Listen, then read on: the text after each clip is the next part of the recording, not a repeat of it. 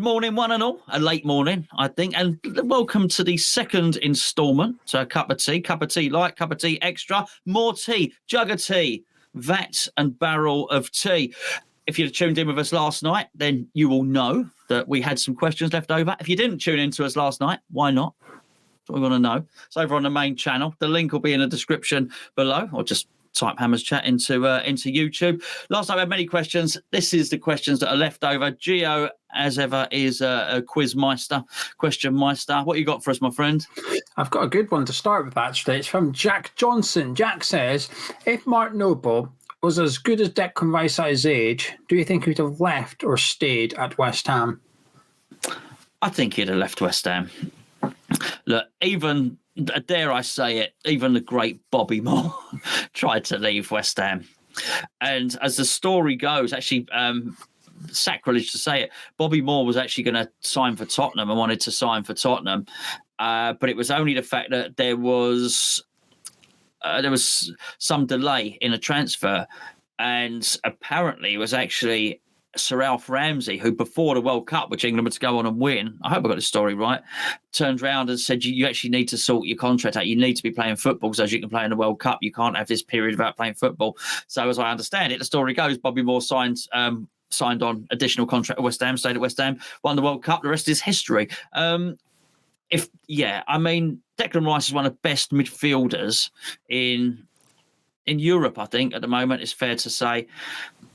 We all like to think that Mark Noble's that, but given a chance, if Mark Noble he'd probably been able to play for that good. Alec Ferguson would have been calling, saying, come and play for Man United. Would have been hard to turn down, wouldn't it? Yeah, I completely agree. I think he'd have left as well. And who could blame him? He's been the right fit for West Ham all throughout his career. We've always been at the level of Mark Noble, and Mark Noble's always been at the level of West Ham. And it's just fitted. It's just worked. But if he was as good as Declan was back then, I think he'd have left as well, because Mark was also involved in England youth level too, captained England youth level. So he would have probably been expecting some form of international career, which he obviously hasn't had. How much has playing for West Ham had a part in that? We can all debate about it, but I think there's been some element of truth that probably playing for West Ham has deterred his England hopes and stuff. So I think had he moved, if he was as good as Declan, I think he'd have moved. I think he'd have gone on to have a good career for England as well. Leading on from that, from the Anvil, James from the Anvil says, do you think Dane Moyes could be our best ever manager in the Premier League if he wins a trophy? Oh, comfortably in the Premier League. The question would then be, look, you're getting in with Lyle and Greenwood then. Once you win a trophy, you're getting in with Lyle and Greenwood. I think you would actually have to say then, is he better than John Lyle? You'd certainly have to say he was getting towards that sort of status. It's not a Premier League. I think he's pretty close to being that already. What's Premier League? What's the best one? Harry? Pardew's running in the cup. Pardew's running the cup. He's there. He's alongside them as far as I'm concerned, particularly if he does it this season. That's the knockout stages in European tournament is a lot of glory. I would go as nothing. If we got through in the next round of Europe, nothing in my lifetime that... I was born in 1974, so 1980. I have a vague memory of the day. I watched it around my nan's. My old man, who you see on the channel, dropped me off at my nan's. He went to the game at Wembley, so I remember it. But can I say, I can't claim it to be an occasion in my life. It's I was 6. I didn't really know what was going on, if truth be known. For us to play knockout football and sort of get to the last 16 or last 8 or something like that. Quarterfinals or the semi-finals or something like that in European football would eclipse anything that's happened in my lifetime. So absolutely, Moyes is already really close to being the best Premier League manager for West Ham. The Premier League manager, I think he's worthy of the conversation along with the ones we've already mentioned as well. But in terms of the history of West Ham, absolutely not. He's got a long way to go till he's in that conversation, and that is silverware. If he does win a trophy, then he probably does become the best West Ham manager in Premier League history. Needs to go a little bit further, I think, to get in the conversation with Lyle and Greenwood. But Premier League wins trophy, certainly. Ray West says, of the youth players who featured in that European match, who do you think is most likely to break into the first team? I think it's Ashby. I do. I think it's Ashby. I just think he's the one. I think there's a class and a quality about him. I think the position goes in his favour as well. We've spoken before about what David Moyes has said about centre-backs. He likes his centre-backs to have experience. Natural talent, I think Baptista's probably got as much natural talent as anyone I've seen, but he's going to have to go and get 50 games under his belt elsewhere before he features much for West Ham. Longelo, I've just not seen enough of him. I know he had a good game then. I'm not saying I've seen anything to detract from that. He's been crap, but I think Moyes would have shown more. Look, put it this way, we've had Masuaku playing there. There's been opportunities to have Longelo not only in the team, but even on the bench, and Moyes has not done it. So that would indicate he's probably not at the forefront of his thinking. Ashby, he put him in when he had the chance against the Cup, and the game that was cancelled against Norwich, he was set to play in that as well. We've seen also he's got a bit of a thing for doing it with right backs. He's done it with Johnson, and he's done it with Ngakia as well. So I would say Harrison Ashby.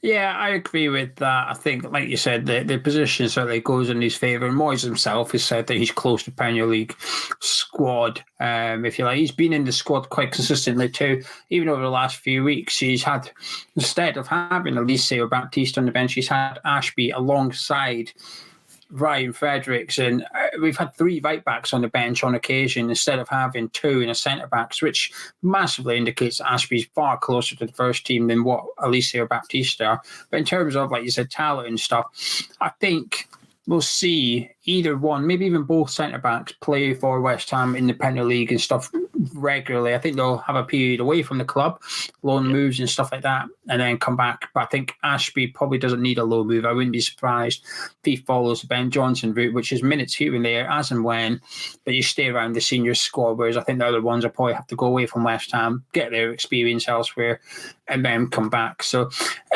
who's going to make it? I'm hoping those 3 do. I've got my reservations about Longelo too. He impressed me the most in the European game, but for some reason, there's just something about him. I'm a bit like you.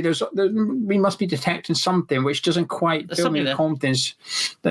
Sonny Perkins has got a long way to go as well, but he's also got age on his side too. Yeah. The goalkeepers, well, they didn't feature, but Anang's back now. We'll wait and see kind of thing. Daniel, is any player from this squad in your all-time West Ham 11? Well, that's a bloody good question. And there's only Declan Rice, isn't there? Like, let's be honest let's be brutally honest, right? While Antonio's done really well as a striker, he's not Di Canio or even Dean Ashton. I'd still prefer Dean Ashton. As much as we like Pablo Fornals, he's no Joe Cole. As much as let's be brutally honest about this, right? You could make a case for Ogbonna, I think. Which makes it remarkable what he's done. What David Moyes has done, because I think you're right, actually, on that. Sorry, you can make a case for Ogbonna because you didn't see certain players play, I guess you're going to say. Yeah, I didn't see Brooking and stuff like that. But I think I've got a hazy memory over Julian Dix and John Moncur. That's the era where I was alive, but I don't really remember it. I was a child. So Julian Dix would probably be my left back, but that's probably because he's like a legend of the club and I've got sort of like biased memories of Julian Dix. I've seen footage of it. Sure. I can't tell if it's footage or if it's stuff I've seen. I don't know which it is. So perhaps Aaron Creswell will make my all-time 11 as well. If I was putting my hand on my heart and saying this is what I've 100% know what I have seen from these players, Creswell will probably make it because I think Julian Dix might have been just a little bit too early for me. Ogbonna maybe because I've got Winston. We did this 11s not long ago, didn't we? A couple of years ago, we did our all-time 11. Winston Reid was in mine. I think Ogbonna would run Winston Reid close for me now. Yeah, I mean, I've seen better centre halves, to fill those 2 positions. It would be Rice. And you're right, he would be the only one for all the reasons that you've said. But who does he go in ahead of then? Who are you putting him in ahead of? I can't remember what my team was, but I already I can tell you now that the central midfield, I'd have to have some creativity there and do something else. But you'd have so much in wide areas and probably Brook in, as a number 10 or something like that. But to Billy Bonds and Declan Rice, I mean, there's okay. So I'll tell you now, Bonds. This thing you won't see much. Bonds was like watching Declan Rice. There's a lot of similarities there. A lot of people say, "Oh, he's an ex-Bobby Moore." I'll tell you now, Gio, and the way he grasps the game and he runs the game and his energy and the way he does everything like that. That Bonzo was like that. So yeah, that would. I know who you're taking out now. Scott Parker. Yeah. Did I? Yeah, was it in there? Yeah, I can't even remember him being in there. But yeah, it's it must have been. It must have been Scott Parker. I can't remember really. And I guess we had the same 11s, but you had players that I couldn't pick. I remember that. That's right. So I remember that. Yeah. So essentially, in there, I think. Yeah, I'm pretty convinced we both had Scott Parker. I would have had Parker in mine. I'm pretty sure I did. Yeah, it's probably right. Yeah. Rice and Billy Bonds, and then the creativity could come from Brook in Payet and Devonshire would be quite fine, I'm sure. I've let me just try and come back to that question. I've got a quiz for you. A little quiz question for the viewers as well. Go on. Right, name the top 5 players that have made the most key passes in the Premier League for West Ham since August 2015. Is Payet still top? Second. Yeah. That was a trick. Aaron Cresswell's first with 208. Then it's Dimitri Payet with 193. Then it's Lanzini 189, Antonio 178, and Mark Noble 164. Payet left 5 years ago. He's second. I'm not surprised because I remember he was still 6 months after leaving up the top of the Premier League charts, wasn't he? He was still there in terms of chances created. I'd been gone 6 months. Remarkable player, by the way. Yeah, that made me feel old the other day. This summer coming up will be 7 years since we signed Payet. 7 years? What? Feels like 3 years ago. 7 years since we signed Dimitri Payet. Wow. This summer coming. That's when you feel old. And that's when we started doing YouTube, 2015. The summer of 2015. So our very first couple of videos was about moving to the London Stadium. Yeah. And us scratching our armpits thinking, who's this geezer with the mohawk? Who's this guy? Do you know a funny thing? So the other day, I was having a chuck out of some stuff in the wardrobe. So you remember me and Tom down outside by the John Lyle Gates outside Upton Park. We did a video. I had my black leather jacket on and I had an England rugby top on. And I the other day thought, I'm going to go. Oh no, I like that top. I'm not throwing that out. And I actually thought to myself, oh mate, you've got to throw that out. You were wearing that in that video that you did with Geo and Tom donkeys years ago. Throw your bloody top out, bite. You know what I mean? I sort of slapped me. Say, well, if you like it that much, buy yourself a new rugby top, you cheap bastard. Yeah. Right, last question so the video doesn't go too long. It's from Andy Walsh. Andy, big supporter of the channel, long-term subscriber, one of our favourites. Andy says, with the team playing so well, do you believe or trust the owners to push on and back the manager? Oh, trust is a funny one, Andy. Trust is a funny one. I'm not sure if it's because I trust them. I do believe in self-preservation, though. And I do believe that whilst I think they've probably missed some big opportunities in their time, which I've spoken about before, to make even bigger money. They should, but I'll say it one last time. The industry they were in before they got into football, they left it at the point where it was went from a multi-million-pound industry to a multi-billion-pound industry. And that I always looked at it, I thought, well, that's a bizarre thing to do. Before, you know what these websites are, that's sort of not YouTube, but for other things, that should have been them doing that, and they would have been multi-billionaires. But I don't think they saw the change and the shift of the market. I'm sure they're kicking themselves for it now. So sometimes I wonder about their business acumen, but they wouldn't have been able to amass the fortune they have recognising opportunity. So whilst I think they missed out a biggie, I think they will realise opportunity when they see it. Otherwise, they wouldn't have built up a portfolio worth 1.5 billion combined. And I think they'll both recognise opportunity now, which is now is the time to push on. To maximise everything that they need to do. I also think you got Kretinsky there as well, and he is opportunistic in the way that he buys his shares. And look what he did. He waited for COVID. He saw what was the right time to sell and the right time to buy during COVID. He just recognised the right times, and that shows a real shrewdness. I think between them, there's enough business acumen there that I think. And there's enough history of them doing that, all of them, to say that they will all realise actually now's the time to invest a little bit.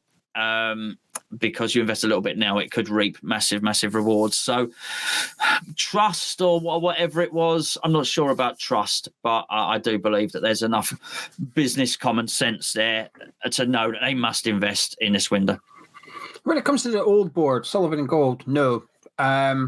I almost question what the motivation is now, because they've already agreed the price for Kretinsky. So if we get fourth, arguably Sullivan actually misses out. He's done the hard work to get the club into a Champions League space, and Kretinsky's paying for a Europa League club price, essentially. So Kretinsky wins in this. So Sullivan and goal, not really. I almost wonder what their motivation is now. I worry that they're maybe they're almost just cruising for the final 18 months.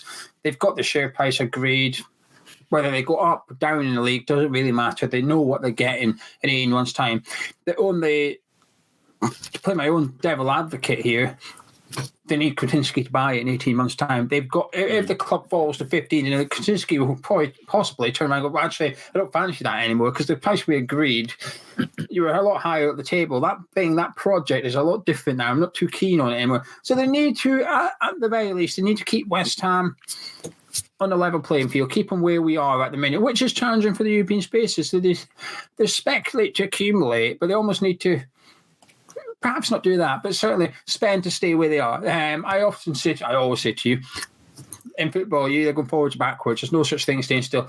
Funny enough, Sullivan and Gold need to stay still. That's the minimum they need to do.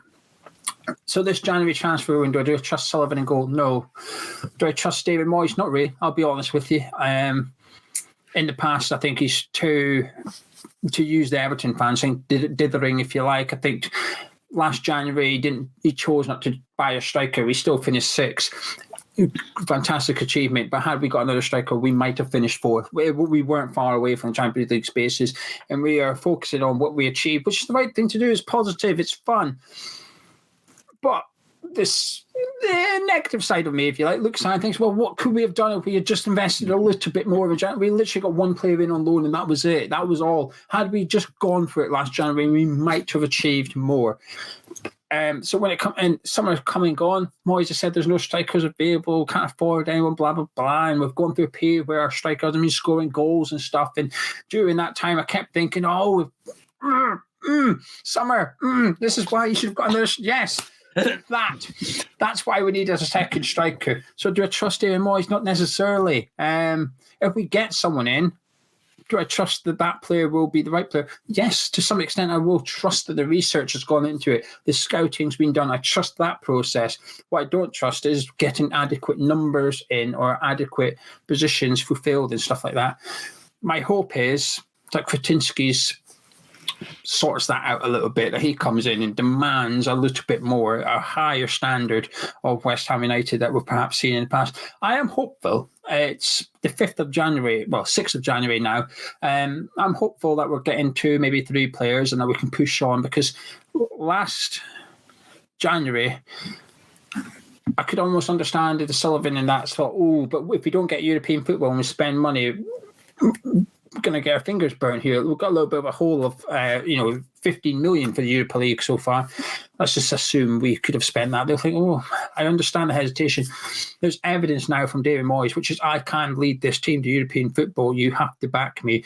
That understanding for Sullivan being a bit reluctant to get the cash book out a year ago is no longer there as far as I'm concerned. Moyes is showing that he can get us to European football. But this season, Moyes is also showing that he can successfully navigate a European campaign as well as and remain competitive in the Premier League, which is really impressive.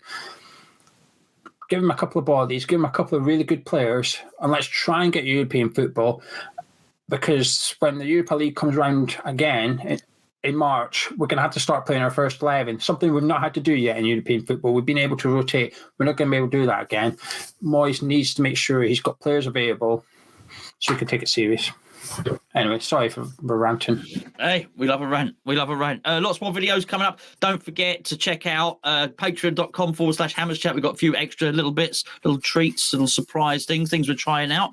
Adventurous, experimental stuff on there. We've got obviously the Leeds Cup game coming up. Lots of videos across all the channels. Geo, thanks for collating the messages. We'll catch up with you later on.